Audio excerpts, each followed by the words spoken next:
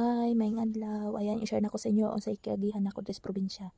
Ayan, may pa-hiking pa gikan na palabog sa Cavao. Sobra kalisod, diba? Palabog na sa Cavao pero may pa-hiking pa. Ayan. Hay dira mga inday pero unaw na puting pulahan na. Ayan, diba? Lamay kay panahon, init ka istanan. Init gani pero giagihan puting lapuka. Ayan, i-share din ako sa inyo kung unsay akong giagi kung karanasan niya sa probinsya, tanawa. Experience man po na sa mga inahan dira na way bana, layo ang bana, way magkasikaso sa hayop. Yan, ang taon mga inday. Hay pod mo dira kung gisaon man mo. Makakita na sa kong video. Ayan akong giagihan, puting lapuka. Yan, laut kastanan.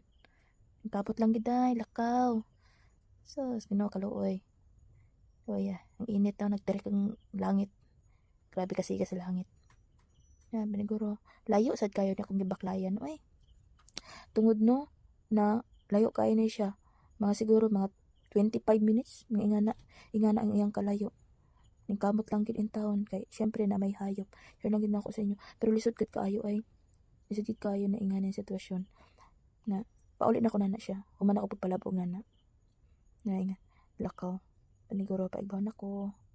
And agi pa ko nga tasan ay agi pa ko sa kong mama kaya nang labawan akong ugangan. Tapos siya sa pantabay na only water. Ayan o, tanaw na.